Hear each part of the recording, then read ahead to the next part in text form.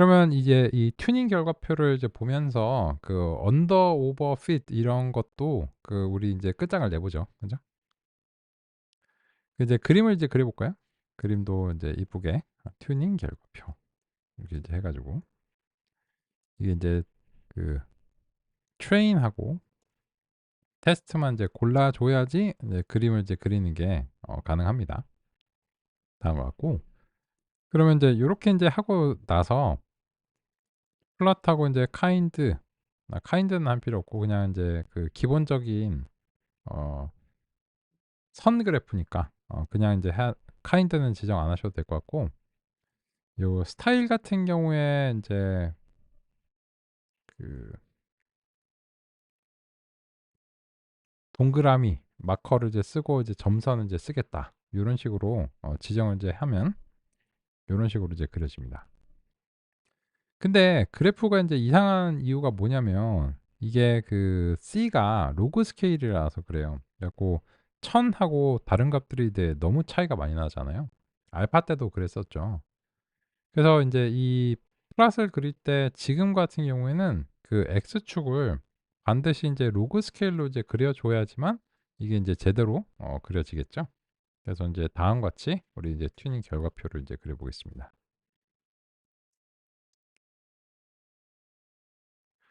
그러면 이 그래프를 보면서 UFO를 해 볼게요. 그 대단히 자명하는 거 있어요. 이거는 뭐 무조건 U지 U. U. 그죠? 이제 비슷하잖아요. 그 비슷하면서 그 너무 낮아.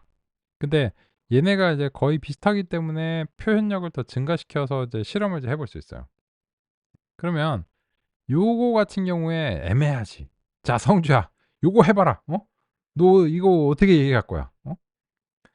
이거 같은 경우에는 그 좀 간격도 벌어졌잖아요. 간격도 벌어지고 그랬는데 요게 인제 얼마나 인제 벌어졌는지 한번 볼까요? 이제 0.1 이제 C가 인제 0.1 에서 인제 인데 예 보니까는 인제 93 하고 95로 지금 이제 격차가 이제 벌어졌어요. 야 근데 훈련 점수가 더 낮을 수가 있어? 그럴 수도 있죠. 그죠?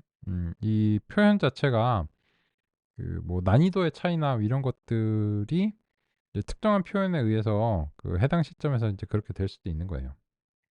근데 어쨌든 인제 다 한 것 같고 근데 이거 같은 경우에는 여기 이런 게 좀 애매해요. 그죠? 왜냐면 이거 그러면 "너 뭐라고 말할 거냐 UFO라고 하면." 이것도 인제 언더라고 얘기하고 싶어요. 언더라고 얘기하고 싶은데 고민이 분명히 있죠. 왜냐면 인제 그 이게 격차가 벌어지면서 이러면 안 되는데.'라고 하는 요런 느낌적인 느낌이거든요. 그러니까 이상적으로는 이게 그 언더인 경우에는 우리가 언더로 판정한다는 거는 그 판정 자체가 중요한 게 아니고 이제 그 판정을 함으로써 이 표현력의 행방을 결정하고 싶은 거예요. 만약에 언더로 판정을 한다면 '표현력을 늘리는 방향으로 가겠다.'라고 하는 그런 어떤 의지를 시사하는 거고요. '오버가 낮다.'라고 하면은 오히려 그 '표현력을 줄여 줘야 된다.'는 점을 이제 시사를 하거든요. 그죠?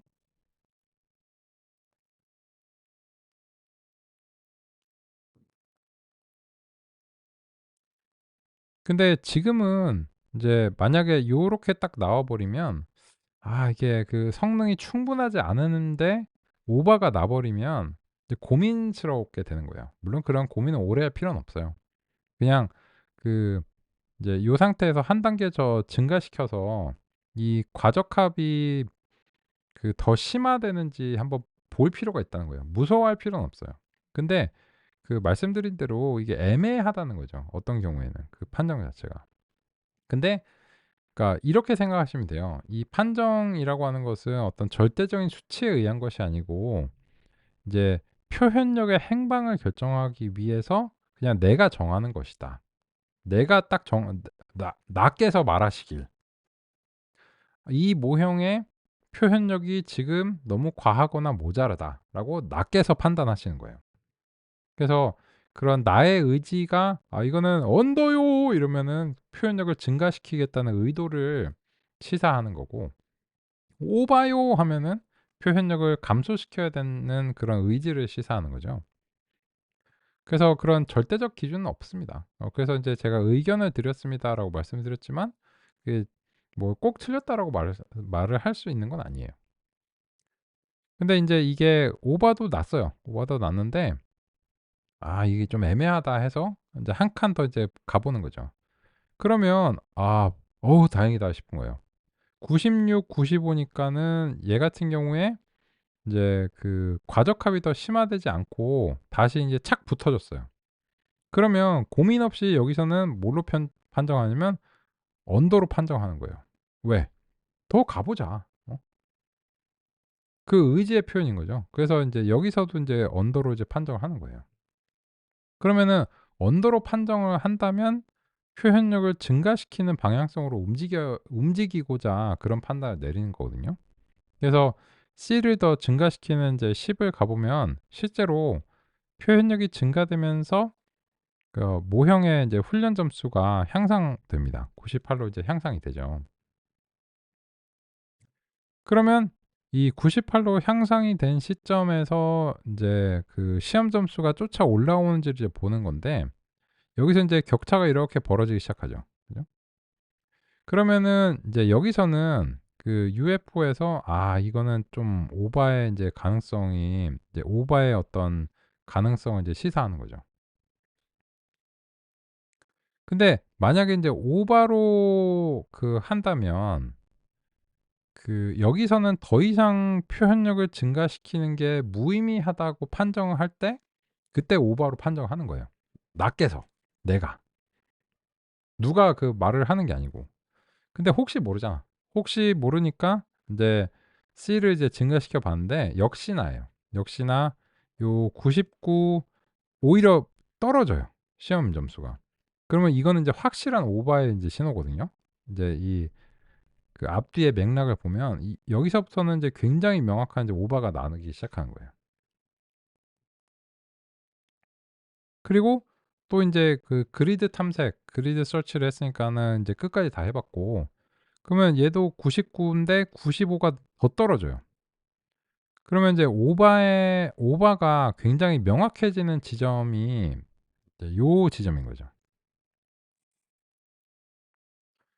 요 앞뒤로는 인제 여기는 요 이하에서는 언더가 이게 굉장히 지배적이고 누가 그냥 얘기해도 이거는 언더로 판정을 해야 되고 요 중앙 부분에서는 인제 좀 애매모호해요, 애매모호.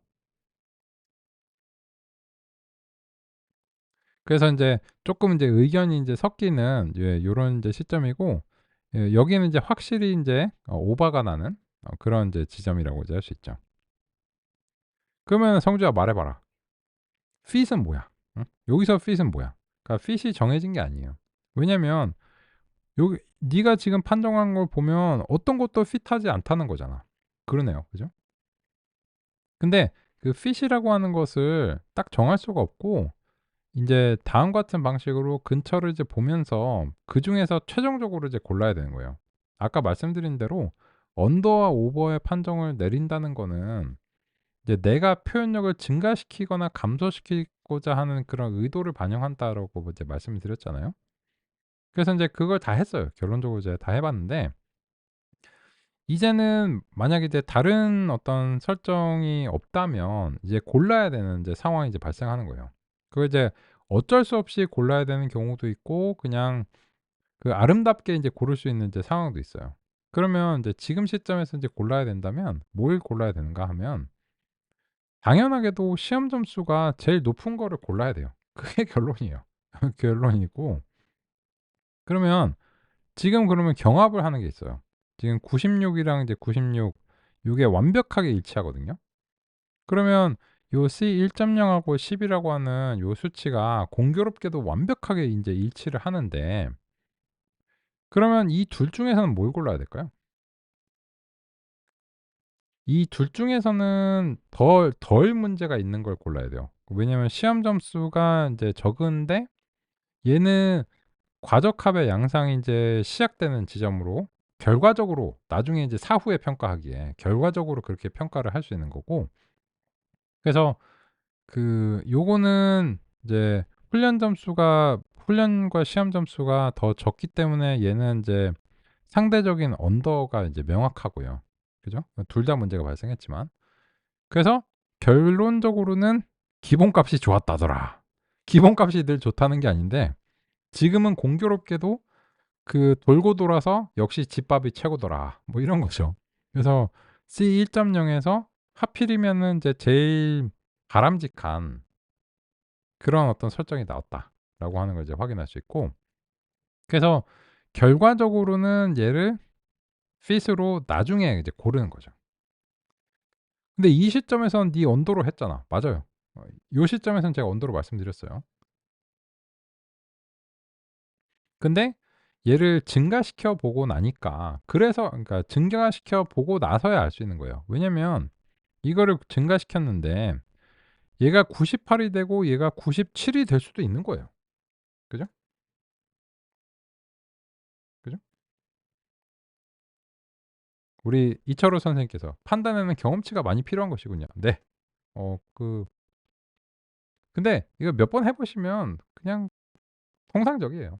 이제 그래서 이 과정을 우리가 같이 해 보는 이유가 뭐냐면 그 교재 서술이 딱 되어 있는데 뾰잉뾰잉 의아의아한 거죠. 왜 이거 왜 과소야, 과소?" 이런 거죠.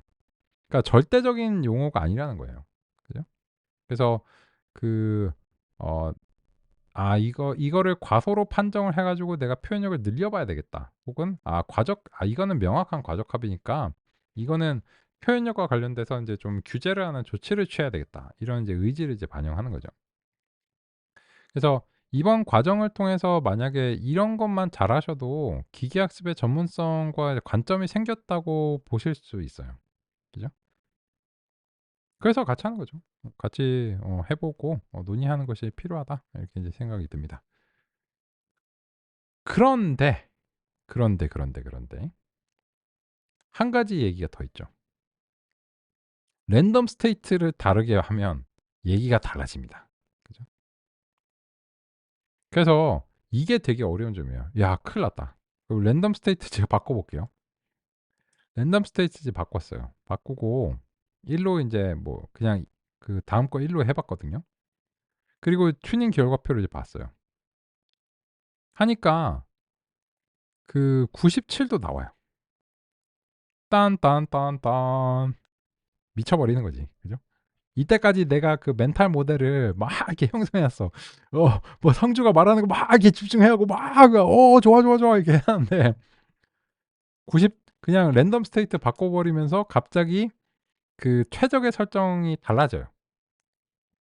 C가 분명히 제가 1.0이 좋다라고 얘기했잖아요. 그죠? 근데 그 랜덤 스테이트 1로 바꾸면서 갑자기 97이 더 좋은 게 돼 버렸어. 미쳐 버리는 거지. 야, 그럼 어쩌라고 이런 얘기가 나오는 거죠. 그게 되게 중요한 거예요, 그 논의가. 그러면 이런 거죠. 야, 그러면 '야, 이게 되게 불안정한 얘기구나. 랜덤 스테이트만 바꿔도 그 최적의 설정의 그 판정 자체가 달라지네. 그리고 실제로 그 최고 수준의 성능이 달라지네.' 그러네요. 그러면은 이거는 답이 없는 얘기 아니야? 뭐 어떻게 이거를 그 얘기하고 판정하냐. 그쵸. 만약에 다른 방법론이 없다면. 그래서 이 랜덤 스테이트라는 것만을 가지고서 우리가 이거를 의지를 하면 안 되는 상황이에요. 그죠? 그리고 이제 이 캔서 같은 경우에는 이제 오랜만에 이제 보실 텐데 얘가 그 분류의 문제라고 하는 점을 감안하셔야 돼요. 그래서 인제 요 시리즈에서 인제 캔서 타겟에 밸류 카운트를 이제 한번 해 보겠습니다. 그러면 얘가 자체적으로 불균형 분포예요.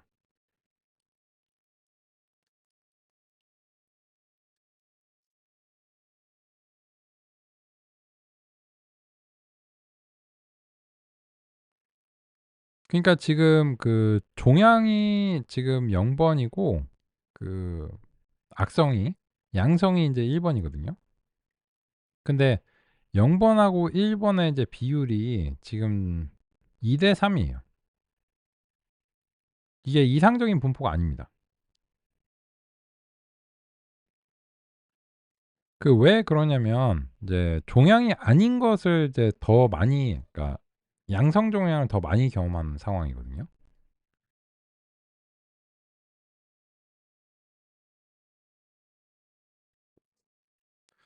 그래서 이런 데이터는 특히 더 신경을 써 줘야 됩니다.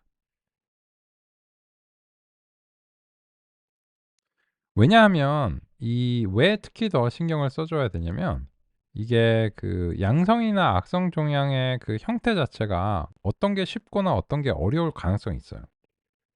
근데 지금과 같이 인제 불균형이 인제 발생하면 양성이랑 악성 어느 게 더 어려운지 모르겠죠. 지금은 인제 우리가 분석을 안 한 상태라서 알 수가 없거든요. 모르는데 어떤 이유에서든지 이 난이도가, 그 쉽거나 어려움의 난이도가 저번에 인제 계속 말씀드린 대로 그 어떤 형태로든지 불균형하게 될 수 있는 가능성이 점차 높아지는 거예요, 특히나 이런 불균형 데이터들은. 그러면은 인제 이런 이유로 인해서 그 더더욱이나 '지금 성능을 어떻게 신뢰할 수 있는가.'라고 하는 그런 문제가 또 발생하거든요. 그죠? 그러니까 알고리즘은 그냥 도구일 뿐이에요. 실제로는 인제 이 데이터 자체를 정말 잘 평가, 인제 그 잘 구성을 해야 되고, 그 평가를 정말 신뢰할 수 있는가, 문제 요인이 없는가, 이런 거를 이제 우리가 어 굉장히 신경을 써 주지 않으면 알고리즘은 얼마나 쉬워요. 그냥 뭐 뭐 그 이때 뭐 이렇게 있고 몇 개 하니까 뭐 된대 이렇게 하는데, 근데 매번 결과가 달라지면 그러면 어떡해? 거기서 기계학습의, 이거는 기계학습의 전문성이 필요한 거예요, 분야 전문성이 아니고. 그러면 이제 그거를 인제 해결을 하기 위해서 우리가 인제 나가 볼게요. 그래서 알고리즘은 로지스틱 리그레션을 얘기하지만 우리는 요 3 장, 4 장, 5 장이 다 필요해요. 그 알고리즘 자체만 필요한 게 아니고요. 그래서 지금 스케일 조정도 이제 들어갔고, 그 지금의 경우에는 데이터 표현과 특성 공학에서는 필요한 점이 별로 없어 보여요. 이제 상당히 높은 수준으로 나오기 때문에 이제 상호작용과 다항식 같은 거 이제 필요하지 않아요. 그죠? 그래서 이거는 인제 약간 보조만 해 주면 되는 상황인데, 근데 문제는 모델 평가가 지금 그 혼선이 있는 상황이에요. 그죠? 어떤 경우에는 뭐 이렇게 막 결과가 뒤집히는 상황이기 때문에, 예를 들어서 이렇게 시험을 봤는데 이게 뭐 한 문제의 어떤 정답 자체가 그 다름으로 해서 뭐 당락이 바뀌어. 이거 굉장히 민감한 상황이잖아요. 그래서 우리가 그리드 서치를 했는데 이 결과를 지금 신뢰하기가 어려워. 그죠? 그 이유가 인제 지금처럼 그 스몰 데이터들이 굉장히 이제 출렁이기 때문에 그렇습니다. 그래서 그거를 좀 더 안정적인 평균 성능을 내주는 방식으로 우리가 그 평가를 바꿔 줘야 돼요. 근데 지금까지 그런 얘기 안 했거든요. 근데 인제 맥락이 발생했어요. 그래서 그런 이유로 인해서 인제 다음과 같이 5.1 절에 이 교차 검증이라고 하는 것을 지금은 반드시 도입을 해야 되는 상황으로 보입니다. 그래서 340 페이지 논의를 살펴보도록 하겠습니다. 340 페이지로 가서 같이 한번 읽어 보도록 하겠습니다.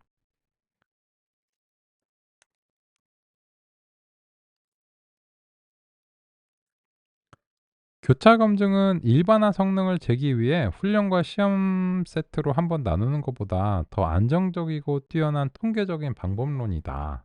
라고 되어 있죠. 그죠? 그러니까 지금 현재 우리의 문제를 딱 서술을 해 주고 있는 거예요.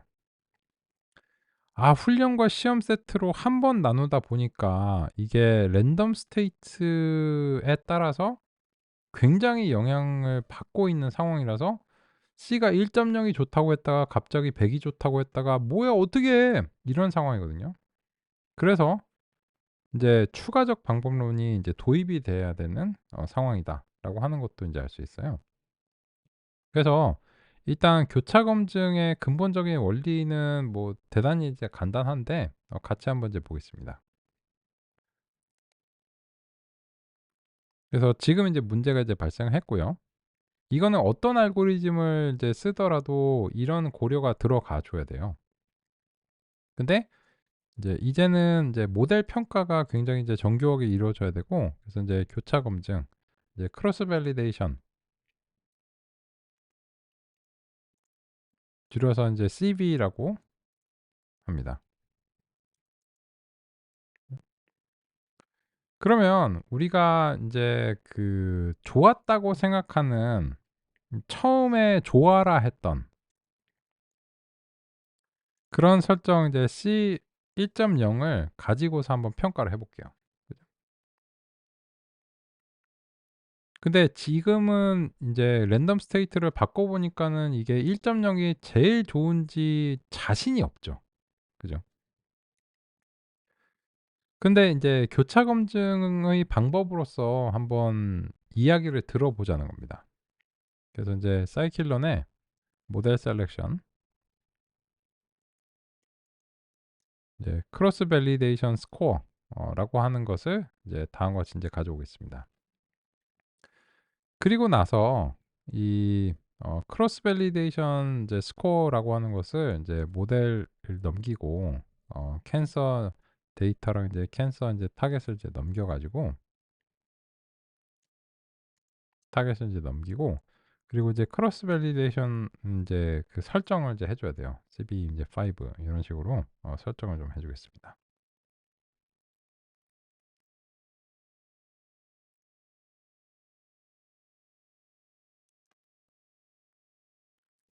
그러면 인제 여기서도 인제 그 경고가 인제 발생하는데, 참 이 경고는 그 전처리 때문에 인제 발생했으니까 어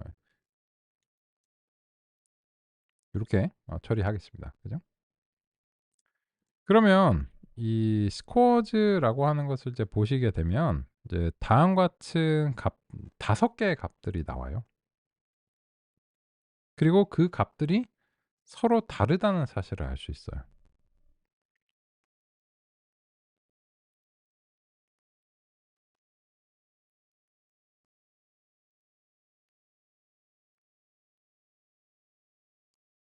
그러면 인제 이 교차 검증을 하는 원리는 이제 아주 간단합니다. 그리고 인제 그 취지도 지금은 이제 납득하실 수 있다라고 이제 생각이 들어요.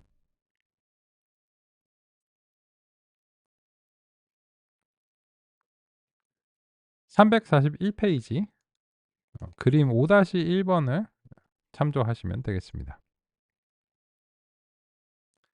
보시면 이 오겹 교차 검증에서는 이제 데이터를 전체 이제 5 조각을 이제 나누는 거예요.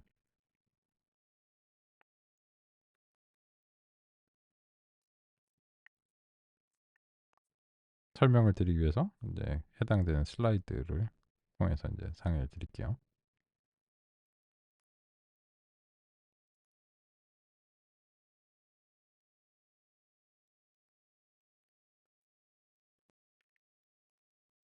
요런 식으로요. 그죠? 뭐 교재에 있는 그림이랑 뭐 비슷한데, 그 교재 그림이 인제 그 뭐 색상이나 이런 게 없어 갖고 쪼끔 보기가 어려우실 것 같아서, 그러면 이제 이 교차 검증은 이제 모든 걸 균일하게 딱 5 조각으로 나누는 거예요.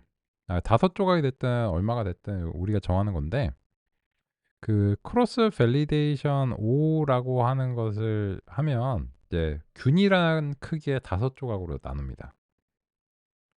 그러면 나눈다라고 하는 것을 이제 스타일을 이제 보면, 요 한 조각은 검증 데이터로 이제 하는 거예요.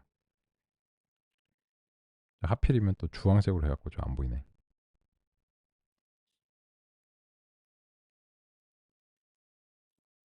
요거를 이제 그 밸리데이션 데이터 V라고 할게요.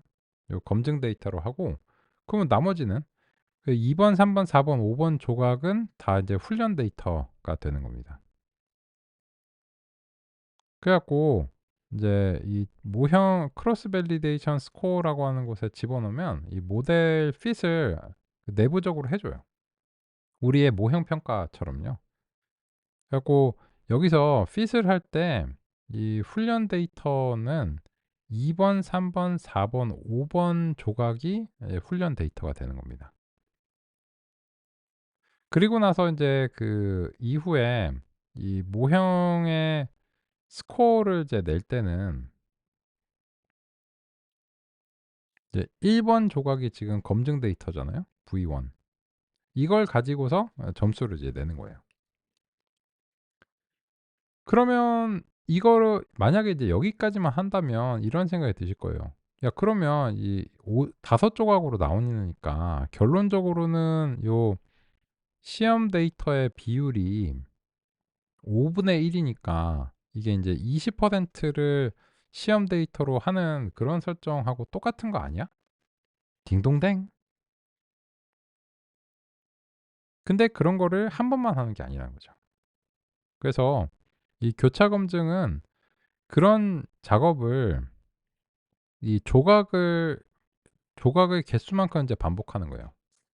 그러면 왜 이게 그 통계적으로 더 안정적일 가능성이 있느냐라고 하면, 예를 들어서 우리가 어떤 임의의 랜덤 스테이트를 했을 때 요런 0 번과 같은 상황이 발생했다고 한번 가정해 볼게요. 진짜로 뭐 0 번은 아닌데 그냥 말하기 쉽게요.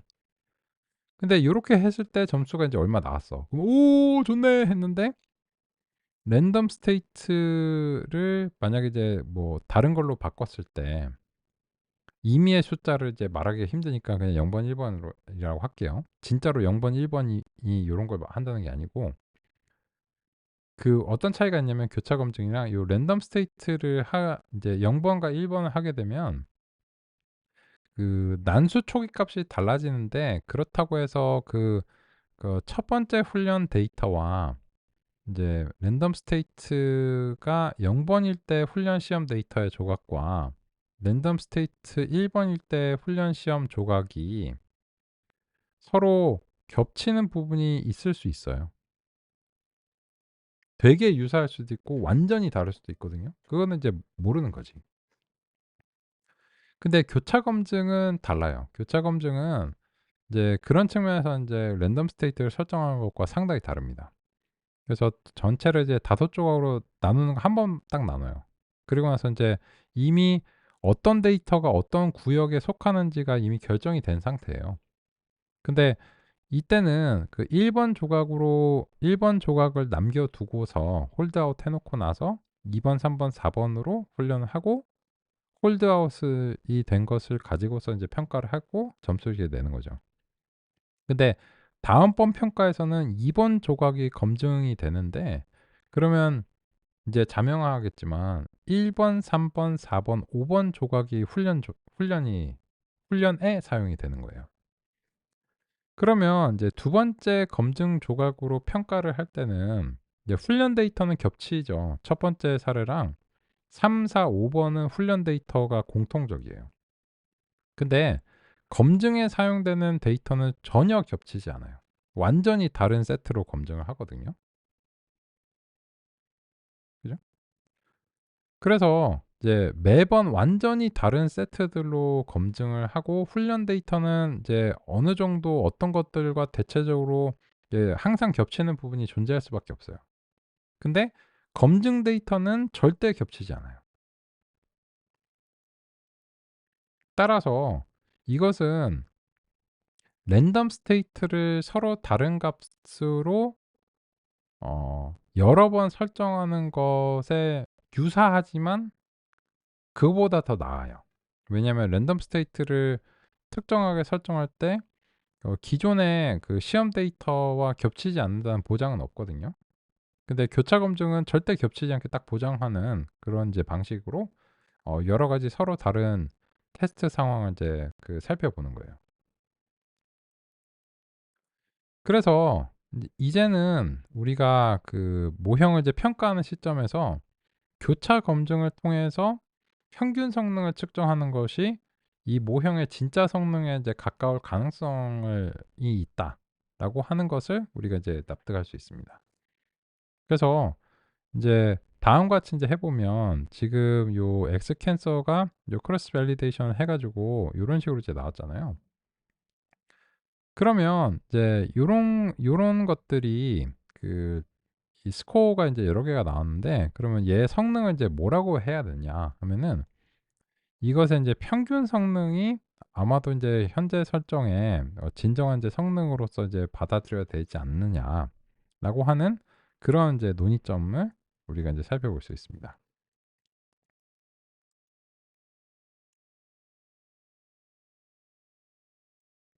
그래서 인제 랜덤 스테이트를 이제 바꿔가면서 하는 것도 필요는 한데 그게 불안정한 요인들이 언제나 존재하니까 이제 교차 검증까지 들어와 줘야 되는 상황이에요. 그죠?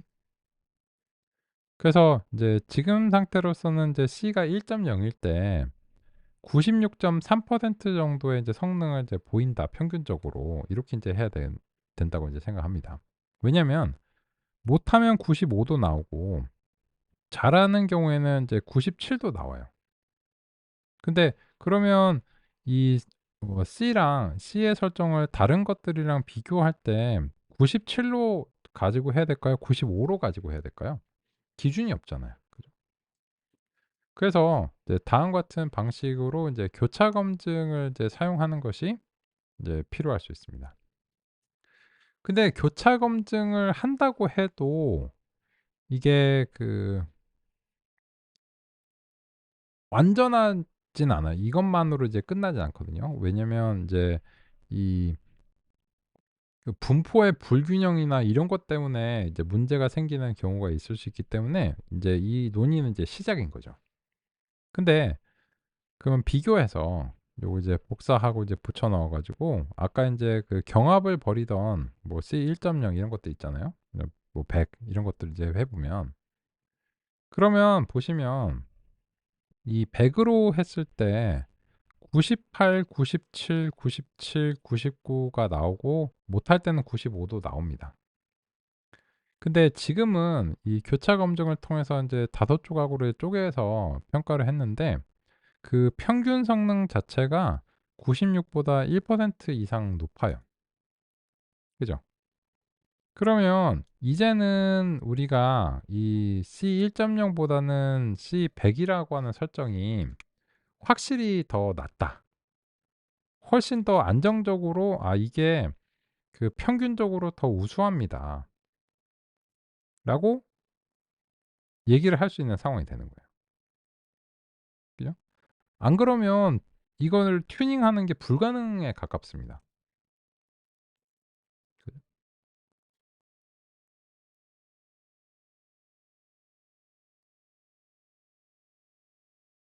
그래서 인제 실제로 이 튜닝하는 API를 사용을 하실 때는 이 기본적으로 교차 검증을 수행합니다. 이제 교차 검증이 뭔지 아시겠죠? 그죠? 근데 요거는 인제 가장 인제 기본적인 인제 교차 검증이고 인제 343 페이지 5.1.2 절의 교차 검증의 장점 이미 인제 체험을 하셨는데 구체적인 맥락으로 이 서술 자체가 그런 체험을 효과적으로 요약할 수 있는가 같이 인제 보겠습니다. 같이 읽어 볼까요? 데이터를 훈련 시험으로 한번 나누는 것보다 교차 검증을 사용하면 몇 가지 장점이 있습니다. 먼저 트레인 테스트 스플릿은 데이터를 무작위로 나누는데 이때 운 좋게 훈련 데이터에는 분류하기 어려운 샘플만 담기게 되었다고 생각해 봅시다. 하면 이 서술을 보시면서 '야 어려운데 그것이 왜 럭키냐? 응? 어려운 게 이렇게 그게 운이 좋다라고 서술하는 게 맞을까?' 이렇게 인제 생각할 수도 있거든요. 그게 왜 그런가 보면 훈련 세트가 어려우면 훈련 점수가 언더가 날 가능성이 이제 높죠. 그죠? 상대적으로. 근데 만약에 그렇다면 우리가 인제 여러 번 논의를 한 대로 이제 훈련 데이터가 어려우면 상대적으로 시험 데이터에는 인제 쉬운 것들이 이제 몰려가게 될 수밖에 없는 거예요. 그죠? 그래서 테스트 세트에는 분류하기 쉬운 샘플만 들어 있어서 '아 이게 훈련에서는 인제 지옥 훈련을 했는데 실제로 가니까는 천국이더라.' 이런 거죠. 그죠? 그러면은 이 시험 점수가 비현실적으로 높게 나오는 겁니다. "야 이게 왜 이렇게 잘해?" 예 이런 거죠. "너도 그 지옥 훈련 한번 견뎌 봐라." 뭐 이런 거죠. 그죠? 그런 의미에서 이때는 이제 럭키인데 이제 진짜 럭키는 아니죠. 그죠? 그 반대 운 나쁘게 분류하기 어려운 샘플들이 모두 테스트 세트에 들어간다면 반대겠죠. 훈련할 때는 "아 뭐 여러분 뭐 이런 겁니다. 아하하하." 뭐 이런 느낌인데 시험 데이터에 이제 어려운 게 몰려가 버리니까. 그죠? 그러면은 이거는 그 훈련 데이터가 인제 쉬우면 그러면 이거는 이제 상대적으로 오버가 발생할 가능성이 높아지는 거예요. 이것 때문에 우리가 고민했잖아요. 그 난이도의 차이로 인해서 언더나 오버가 발생하는지 그거를 이제 봐야 된다. 그것 때문에 막 랜덤 스테이트 고르고 막 그랬었잖아요. 그죠? 근데 그거 자체가 문제가 있는 그런 어떤 거라니깐요. 왜냐면 랜덤 스테이트가 이제 우리가 교차 검증을 말을 할 수가 없 아직 인제 도입이 안 됐기 때문에 뭐 이제 수동으로 이제 골라 가지고 이제 해 봤는데 이게 얼마에서 그런 난이도가 적절하게 될지 어떻게 알아요? 그죠? 그걸 알 수가 없거든요. 그래서 결국은 인제 이거는 여러 번 시행을 반복하면서 통계적인 안정성을 추구할 수밖에 없습니다. 그게 할 수 있는 최선이에요. 그래서 교차 검증을 사용하면 테스트 세트에 각 샘플이 정확히 한 번씩 들어가기 때문에 그죠? 그래서 교차 검증의 점수, 즉 평균 성능을 높이기 위해서는 이제 실질적으로 일반화가 굉장히 잘 수행이 돼야 되는 겁니다. 그래서 훨씬 더 평균적으로 안정적인 성능이 높다. 이러면 여러 가지 다양한 상황에서도 평균적으로 높으니까 결과적으로 일반화가 상대적으로 잘 됐다라고 판단을 할 수가 있는 거예요. 그러니 지금 시점에서는 교차 검증이 이제 굉장히 중요하겠죠. 그리고 이제 이건 되게 중요해서 이렇게 샅샅이 좀 읽어보고 있습니다. 데이터를 여러 개로 나누면 이제 훈련 데이터에 얼마나 민감한지를 이제 알 수 있는데 이 범위가 넓으면 좋지 않아요. 그래서 이제 최악과 최선의 경우를 이제 짐작할 수 있게 한다. 맞아요. 이 서술에서는 뭐 시비 걸 만한 건 아니에요. 맞고요. 근데 인제 그 요런 말씀을 이제 드리고 싶어요. 이제 이런 범위가 넓으면 여기 있는 말이 맞는데 저는 한 가지 말씀을 더 드리고 싶어요. 이게 데이터가 작다 크다라고 하는 것을 판단하는 근거가 될 수도 있습니다. 왜냐면 지금 "아 데이터가 부족합니다."라고 얘기를 한다면 그러면 뭐 "얼마나 많이 수집을 해야 돼?" 이런 어떤 피드백을 받았다고 하 할게요. 어떻게 대답해요? 이게 왜 작은가요? 그럼 뭐 500 개가 부족하면 5,000 개가 충분해, 5만 개가 충분해, 50만 개가 충분해, 500만 개가 충분해, 5억 개가 충분해, 50억 개가 충분해 이런 얘기가 나올 거 아니에요. 근데 데이터는 대체로 비용하고 연관이 있거든요.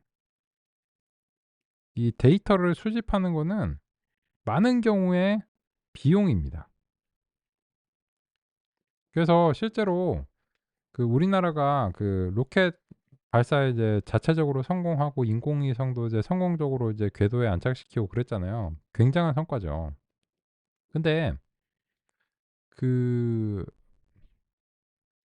만약에 "데이터가 모자르다."라고 얘기를 하면 항공우주 산업 같은 데서 그럼 로켓을 쏴야 돼요. 로켓을 이제 쏴야 되잖아요. 그죠? 근데 로켓을 쏴서 데이터를 더 많이 수집을 해 왔는데 네 말대로 수천억 들어 갖고 데이터를 더 수집을 했다. "한번 해 봐." 얘기했는데 잘 안 되면 어떡해요? 어떻게 하면 될까요? 빨리 이직해야지. 다른 방법이 뭐가 있어. 그죠? 수천억 토해낼 거야? 그래서 사실 인제 확정적으로 얘기할 수 있는 건 아무것도 없어요. 왜냐면 그러니까 주식 같은 투자를 해 보시면은 아시겠지만 이게 이 요렇게 이제 되면 그러면은 다음번에 넥스트는 여기서 형성이 되겠네. 아니면은 내 바람은 이제 이렇게 떡상이 되면 좋겠다. 이제 희망사항인데 근데 현실적으로는 요렇게만 쫓아가줘도 얼마나 고마워. 그죠? 근데 요새 뭐 그 뉴스까지 났잖아요. 뭐 테슬라 그 투자자 뭐 서학개미 고민 많다고. 그죠? 부인한테 들키면 큰일 난대. 뭐 이런 식으로. 저는 그런 고민은 없습니다. 투자를 안 하기 때문에. 어쨌든 근데 이게 요렇게 될지 요렇게 될지 요렇게 될지 아무도 몰라요. 그냥 이제 그냥 요렇게 인제 요렇게 될 수도 있는 거고 그냥 재미없게. 그거 몰라요. 그거를 예상할 수 있는 모형은 존재하지 않습니다. 존재하지 않고 그래서 인제 머신러닝 기법으로 '미래를 알고 싶니?' 쉽지 않아요. 쉽지 않습니다. 하여튼 그렇고 근데 이게 성능이 얼마나 높으냐 낮으냐는 그거는 모형의 능력인데요. 표현력이죠. 모형의 표현력이 이제 성능이 얼마나 높으냐 낮으냐에 영향을 주는데 이 성능이 얼마나 출렁이느냐라고 하는 것은 대체적으로는 데이터의 자금을 시사해요. 왜냐하면 어디를 집어서 해도 그러니까 높든지 낮든지 간에 성능이 일정해요. 그러면 이거는 골고루 잘 섞인 상황이면서도 데이터 자체가 상당히 이제 큰 경우에는 어디를 집어도 비슷해요. 그래서 좀 추가적으로 말씀드리고 싶은 거는 이제 주로 이제 교차 검증은 지금처럼 이제 작은 데이터셋을 상대할 때 좀 유용하다는 겁니다. 왜 그런 말씀을 드리냐면 여기 보시면 교차 검증의 주요한 단점은 연산의 비용이 느리는데 실제로 모델을 K번 만들어야 돼요. 크로스 밸리데이션 5를 하면 모형을 5번 훈련시켜야 돼요. 지금은 순식간에 되죠.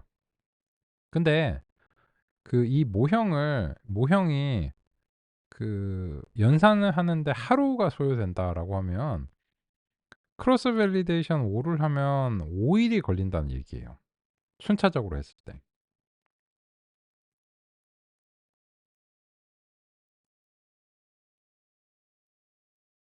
그죠? 그래서 이제 그런 이유로 인해서 이 교차 검증을 이제 신경망이나 딥러닝에서는 잘 안 해요.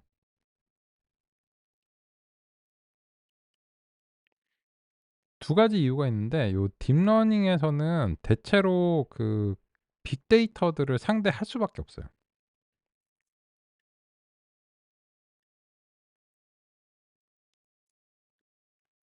그러면 빅데이터들은 아까 논의드린 이유로 인해서 이게 교차 검증의 효력이 좀 낮아져요.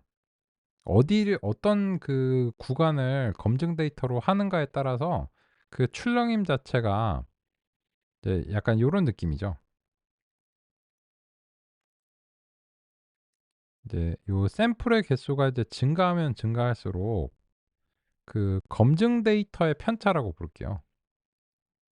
V 스탠 요 이제 편차라고 하면 이 작으면 편차가 높고 편차적 측면에서는 요렇게 낮아지는 거예요. 깔끔한 그래프로 이제 말씀을 드리면. 그래서 인제 요 편차가 큰 경우에서는 크로스 밸리데이션의 필요성이 이제 증가하는데 만약에 그 편차가 줄어든다면 굳이 교차 검증을 할 필요가 있냐는 거예요. 그죠? 그런 이유로 인해서 인제 딥러닝 쪽에서는 대체로 교차 검증의 필요성이 인제 없어지는 편이고 만약에 인제 머신러닝을 하신다고 해도 이 데이터의 규모가 이제 증가하면 굳이 교차 검증을 안 해도 상관없는 경우가 있다는 겁니다. 근데 판단이 필요해요. 그 그러니까 S개가 몇 개야? 그거를 모르지. 그죠? 왜냐면 이 S개에 대해서만 얘기할 수 있는 게 아니거든요. 이제 데이터가 이제 빅하다 스몰하다라고 하는 거는 아니 왜 이래? 그거 말고도 다른 것들이 있어요.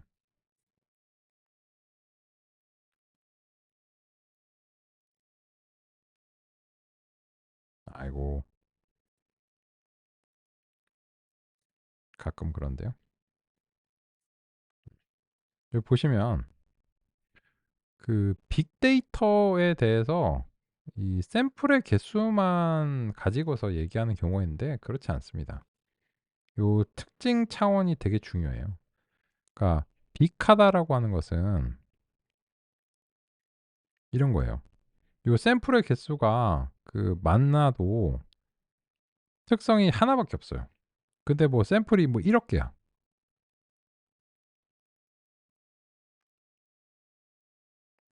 이런 거는 빅하다고 하지 않아요. 보통은 이제 요 그 특성 차원 자체도 굉장히 이제 고차원이다 보니까 어쩔 수 없이 샘플의 개수가 증가할 수밖에 없는 거거든요. 그걸 이제 뭐라고 부르냐면 이제 차원의 저주라고 이제 부릅니다. 차원의 저주와 이제 요렇게 인제 보겠습니다. 요걸로 이제 요번 시간 많이 마무리해 볼까요?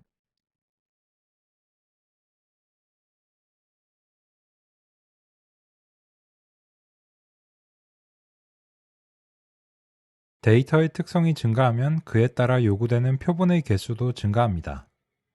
다음과 같은 구성으로 살펴보겠습니다. 먼저 한 개의 특성을 수집한다고 하겠습니다. 살펴보기 편리하도록 특성은 두 가지 값이 가능하다고 하겠습니다. 여자, 남자와 같은 성별이 그러한 특성의 예시일 수 있습니다. 이런 특징을 수집하면 최소 표본 수는 두 개입니다. 성별이라고 했을 때 남자와 여자가 각각 최소한 하나는 필요합니다.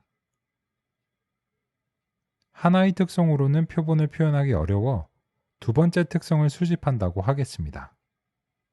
두 번째 특성도 두 가지 값이 가능하다고 하겠습니다. 예를 들어 안경 착용 여부라고 하겠습니다. 각각 두 가지 값이 가능한 두 개의 특성을 수집하면 최소 표본 수는 4개로 증가합니다. 즉, 여자 안경 착용 미착용, 남자 안경 착용 미착용의 4가지 경우입니다. 이런 식으로 보면 각 특성이 두 가지의 상태로 표현된다고 단순화해도 특성을 더 수집할 때마다 최소 표본 수는 제곱으로 증가합니다. 이런 특성을 10개 선택하면 산술적으로 최소 표본 수는 1024입니다. 그래서 특성 차원이 증가할수록 그에 따라 요구되는 표본의 양도 기하급수적으로 증가한다는 것을 이해할 수 있습니다. 이런 문제는 기계학습에서 차원의 저주라고 부릅니다. 고차원의 데이터는 대체로 요구되는 표본의 규모도 훨씬 큰 편입니다. 만약 고차원 특성인데 표본 수가 적다면 표본을 제대로 대표하기 어렵고 그런 경우 기계학습 모델은 과적합이 주로 발생합니다. 이런 경우 기계학습 모델보다는 데이터 규모에 문제가 있다고 할 수 있습니다. 그러한 이유를 차원의 저주를 통해 납득할 수 있습니다. 그렇습니다. 그래서 이 특성을 더 많이 수집하면 할수록 좋다라고 생각하실 수 있는데 그거는 이런 거예요. 그거에 상응하는 수의 표본을 구할 수 있다는 가정하에서 좋습니다. 그래서 무조건 그냥 있는 대로 특성을 다 때려 넣어 이렇게 생각하실 수 있는데 그렇게 되면 어 그에 걸맞는 수의 샘플들도 같이 다양하게 수집을 할 수 있다고 가정을 했을 때야 비로소 그게 유의미한 거예요. 근데 만약에 샘플의 개수는 한 뭐 1000 개밖에 수집을 못할 것 같은데 특성이 2000 개예요. 그러면은 그냥 어떤 알고리즘을 써도 제가 부채도사 할 수 있어요. 과적합. 무조건 과적합 납니다 그거는. 거의 뭐 의미가 없어요. 그래서 이 특성과 인제 표본의 개수가 이제 굉장히 이제 중요한 문제고 지금 이제 시점에서 말씀드린 이유가 이제 이 교차 검증의 이제 맥락이 발생해서 그래서 이제 같이 인제 살펴봤습니다. 오케이? 이번 시간 여기까지 살펴보겠습니다.